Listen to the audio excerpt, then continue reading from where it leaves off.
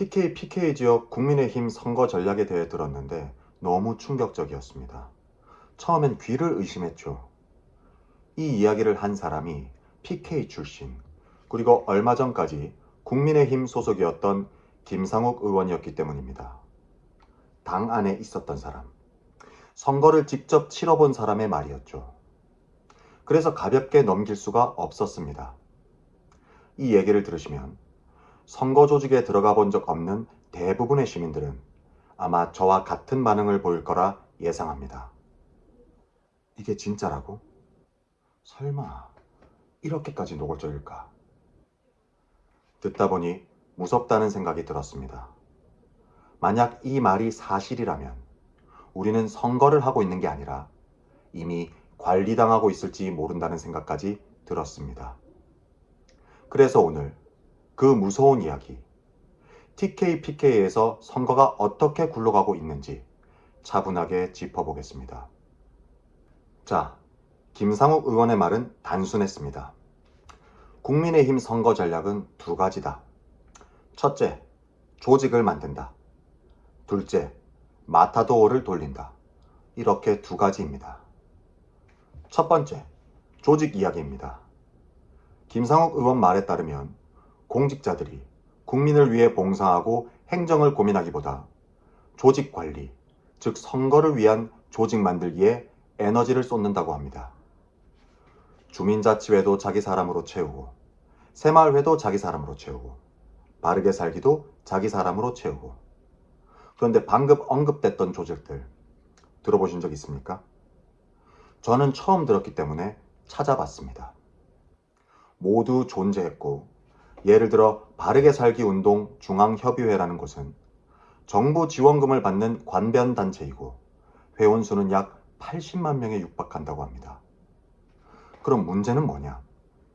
김상욱 의원의 표현을 빌리면 이런 조직들이 주민들을 위한 일은 등한시하고 선거철이 되면 곧바로 동원 가능한 선거 조직으로 작동한다는 겁니다. 행정 조직이 아니라 선거 조직이 됐다는 거죠. TK, PK 지역에서 지역위원장이 체육대회를 열면 수천 명이 모일 정도의 조직력이 이미 갖춰져 있다고 합니다. 이렇게 만들어진 조직들이 어떤 방식으로 선거에 영향을 끼칠까요? 선거 전략 두 번째, 마타도어를 돌립니다. 마타도어란 다른 말로 흑색 선전이라고 하죠. 근거 없는 사실을 조작해 상대방을 모략하고 혼란하게 만드는 정치적 선전을 얘기합니다. 김상욱 의원에 따르면 선거철이 되면 이렇게 말한다고 합니다. 야, 이제 돌려. 그 사람 인성에 문제가 있다더라. 개인사 들추고 여러 가지 의혹 제기하고. 진짜인지 가짜인지는 중요하지 않습니다. 그들에게 중요한 건 타이밍과 확산 속도입니다. 이미 만들어둔 조직, 수천 명 규모의 네트워크를 통해 야, 소문내! 두세 달 사이에 그 소문이 완전히 확산된다는 거죠. 그러면 시민들은 진위 여부를 확인할 시간도 없이 그렇다더라, 그 양반 문제 있다더라 하면서 상대 후보에 대해 부정적 인식을 갖게 되는 겁니다. 선거가 정책을 놓고 싸우는 장이 아니라 이미지를 망가뜨리는 싸움으로 바뀌는 거죠. 이 마타도어가 무서운 점은 공식 발표도 아니고 기자 이름이 박힌 기사도 아니기 때문에 책임지는 사람이 없습니다. 그러면 누군가 묻겠죠. 아니, 언론은 뭐해? 김상욱 의원의 대답은 아주 심플합니다. TK, PK 지역 언론은 국민의힘이 완벽하게 장악하고 있다고. 요즘 지역 신문이 자생적으로 살아남기 쉬운 환경입니까? 신문 구독해서 보는 사람, 주변에서 보기 쉽지 않죠. 그런데 울산만 해도 신문사가 10곳이 넘는다고 합니다. 그럼 이 신문사들은 어떻게 살아남을까요? 김상욱 의원에 의하면 시에서 다 준다고 합니다. 지자체 예산이죠. 그거 어떻게 주느냐? 시에서 일부러 행사를 만듭니다. 원래라면 공개 입찰을 통해 기획사가 맡아야 할 행사들을 신문사에 줍니다. 신문사는 원래 행사 진행 전문이 아니죠. 예를 들어 신문사가 2억 예산을 받아서 1억은 챙기고 나머지 1억으로 기획사에 하도급을 줍니다. 신문사는 가만히 앉아서 1억을 벌죠. 그렇게 신문사는 권력의 손을 잡고 살아남는 겁니다. 그 대가로 신문사가 누구 편에 설지는 명확해지는 거죠. 이런 식으로 권력자가 지역 언론을 장악하고 조직을 만들어서 마타도어를 돌리면 깨끗한 사람이든 문제가 있는 사람이든 선거 국면에서는 다 같이 똥밭을 구르게 돼 있는 겁니다. 저 양반 그렇게 안 봤는데 쓰레기였는갑다. 시민들이 착각도 하고 실수도 하게 되죠. 정책 이야기는 사라지고 미래에 대한 논의는 실종됩니다.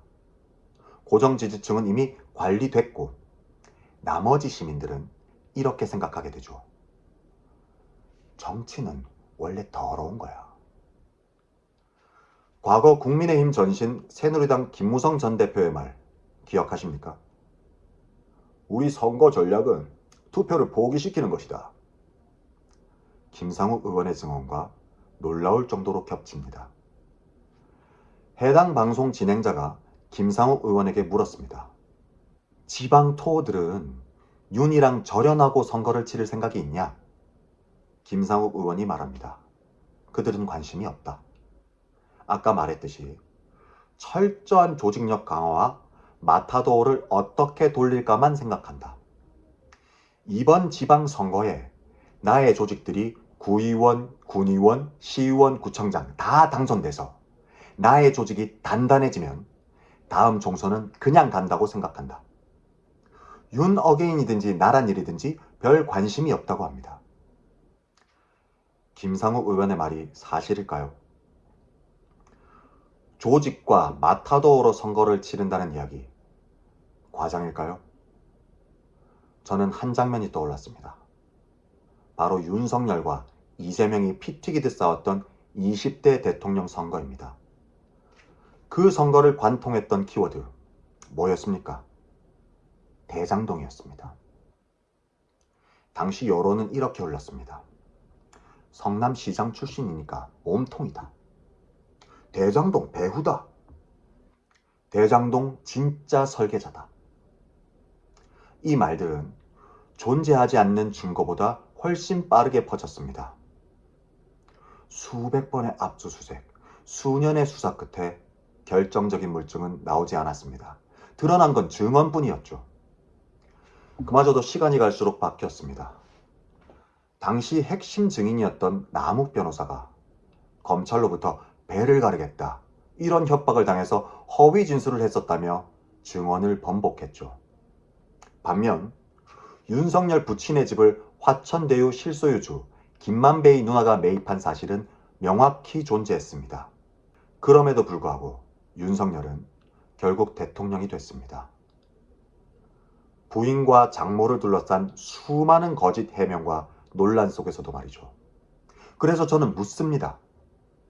만약 그 선거에서 상대에 대한 극단적인 마타도어가 없었다면, 그 마타도어를 하루에도 수백 건씩 증폭시키는 언론이 없었다면 과연 결과가 같았을까요? 그 결과 우리는 무엇을 겪었습니까? 대통령은 상습적으로 출근하지 않았고 가짜 출근을 연출하기 위해 경찰이 동원됐습니다. 미국 순방 중에는 바이든이라는 말이 날리면으로 둔갑했죠. 전 국민이 들은 말을 사실대로 보도한 방송사는 정용기 탑승을 금지당했습니다. 권력이 진실을 처벌한 순간이었죠. 양평 고속도로 노선은 대통령 장모 일가와 연결된 땅을 향해 방향을 틀었습니다. 당시에 친일 행각이 반복되었던 것을 기억하십니까? 대한민국 사법부의 판결을 위배하고 강제징용 제3자 변제가 강행됐고 후쿠시마 오염수 방류를 옹호했죠. 가까운 중국과 러시아조차 안전하다면 왜 바다에 버리냐, 이기적이고 무책임하다고 지적하던 사안을 대한민국 정부는 안전하다며 정부 광고까지 만들어 홍보했습니다. 그리고 난데없이 등장한 동해 석유 시추, 이른바 대왕고래 프로젝트. 생산 원가 계산조차 하지 않았다는 사실이 드러났고, 과거 이명박 정부 시절 캐나다 석유회사 하베스트 인수로 8조를 투자해 500억을 회수했던, 그러니까 시원하게 말아먹은 그 사업의 인수 책임자가 대왕고래 프로젝트의 총괄 책임이었습니다. 말아먹는데 전문가라서 기용했을까요? 조 단위로 말아먹은 사람에게 다시 몇 천억짜리 국책 사업을 맡기는 게 상식적으로 납득이 됩니까? 강서구청장 김태우 사면 사건도 그렇습니다. 대법원에서 유죄가 확정된 김태우 때문에 재보궐 선고가 치러지는데 판결 난 지 불과 3달도 안 지나서 특별 사면, 집행유예를 받아 수감조차 되지 않았던 인물을 왜 사면했을까요? 다시 출마해. 강서구청장은 네 자리야. 내가 줬어. 실제로 다시 공천받아서 출마했죠. 너무 뻔뻔한 거 아닙니까? 부인 김건희를 둘러싼 의혹은 일일이 나열하기조차 버겁습니다. 도이치모터스 주가 조작, 삼부 토건, 코바나 컨텐츠 협찬 의혹, 명품 수수와 청탁, 인사 개입, 여론 조작 의혹, 건진법사 연루 국정 개입, 양평 고속도로 특혜, 허위 이력과 논문 표절까지. 명품 가방을 받는 장면을 전 국민이 영상으로 봤음에도 검찰은 무혐의 처분을 내렸습니다. 도이치모터스 사건에서 주요 관계자들은 유죄를 받았지만 계좌를 직접 사용한 당사자 중 하나는 몰랐다는 이유로 빠져나갔습니다. 그때 법 앞의 평등은 없었습니다. 그 사이 막무가내 의대 정원 2,000명으로 의료 대란이 발생해 사람들이 죽어나갔고, 과학기술 R&D 예산 삭감으로 국가의 미래가 흔들렸습니다. 이런 온갖 부정부패에 이어 헌정 질서를 뒤흔드는 계엄 시도와 탄핵, 파면까지. 이 모든 참담했던 시간은 우연이 아닙니다. 재주가 없어서도 아니고요. 거짓과 마타도어가 권력을 만들었을 때 반드시 도달하는 결말입니다. 그래서 오늘 이 이야기는 과거를 되짚는 회고가 아닙니다. 경고 신호입니다. 또다시 조직과 소문, 혐오와 마타도어에 선거를 내준다면 같은 비극이 반복될 것입니다. 이건 여야를 가릴 문제가 아닙니다. 자격이 없는 자는 여야를 막론하고 반드시 걸러내야 합니다. 우리는 이미 너무 큰 대가를 치렀으니까요. 이제 이런 질문이 남습니다. 그럼 대안은 뭐냐? 이 구조를 어떻게 바꿀 수 있느냐? 솔직히 말해서 마법 같은 특효약은 없습니다. 하지만 방향은 분명히 있습니다. 첫째, 지역 언론과 권력의 관계를 투명하게 드러내야 합니다. 지자체 예산이 어디에, 어떤 명목으로 누구에게 쓰였는지, 행사 예산이든 홍보비든 광고비든 시민이 한눈에 볼 수 있어야 합니다.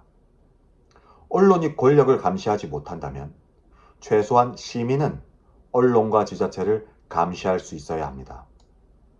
둘째, 관변단체와 선거조직의 경계를 분명히 해야 합니다. 주민자치회, 각종 시민단체, 지역조직이 정말 주민을 위한 조직인지 아니면 특정 정당의 선거조직인지. 선거철만 되면 움직이는 조직은 이미 시민단체가 아닙니다. 그걸 구분해내는 기준을 법과 제도로 만들 필요가 있습니다. 셋째, 마타도어에 대한 분명한 책임을 묻는 겁니다. 지금은 너무 쉽습니다. 소문을 퍼뜨려도 책임지는 사람은 없고 이미지는 망가졌고 선거는 끝이 납니다. 이 구조가 바뀌지 않으면 정치는 계속 더러운 싸움으로 남을 수밖에 없습니다. 거짓 정보에는 명확한 대가가 따른다는 신호를 사회가 분명히 보여줘야 합니다. 모든 소문을 처벌하자는 얘기가 아닙니다. 다만 조직적으로 퍼뜨리고 선거에 활용하고 의도적으로 반복하는 행위에 대해서는 분명한 책임이 따르는 구조를 만들자는 겁니다. 그리고 그 과정에서 무책임하게 소문을 퍼나르는 언론 역시 감시의 대상이 되어야 합니다. 그리고 넷째, 가장 중요한 것이죠. 시민 스스로의 방어력입니다. 제도는 시간이 걸립니다. 법은 늘 한 발 늦죠. 하지만 시민의 판단력은 지금 이 순간에도 잘할 수 있습니다. 이런 방향들이 실제로 도움이 될 수 있을지 모르겠으나 시민들 모두가 함께 고민하고 목소리를 키워 우리 스스로를 방어할 수 있다면 더없이 좋겠습니다. 여기서 여러분께 질문 하나 드리겠습니다. 지난 선거에서 여러분은 정책을 보고 투표하셨습니까? 아니면 이미지를 보고 투표하셨습니까? 솔직한 답이면 충분합니다. 그리고 혹시 실수를 했다고 느낀다 해도 괜찮습니다. 인간은 누구나 실수를 합니다. 중요한 것은 이겁니다. 그 실수를 부정하지 않고 반복하지 않으며 자양분으로 삼는 것. 그렇게 한 걸음씩 나아간다면 우리는 결국 옳은 방향, 모두가 더 잘 사는 세상에 가까워질 수 있다고 저는 믿습니다. 정치는 특별한 사람들의 전유물이 아닙니다. 무관심해질수록 누군가는 우리 대신 결정하고 관리하고 이용합니다. 그래서 생각하는 시민이 많아질수록 정치는 점점 깨끗해질 것입니다.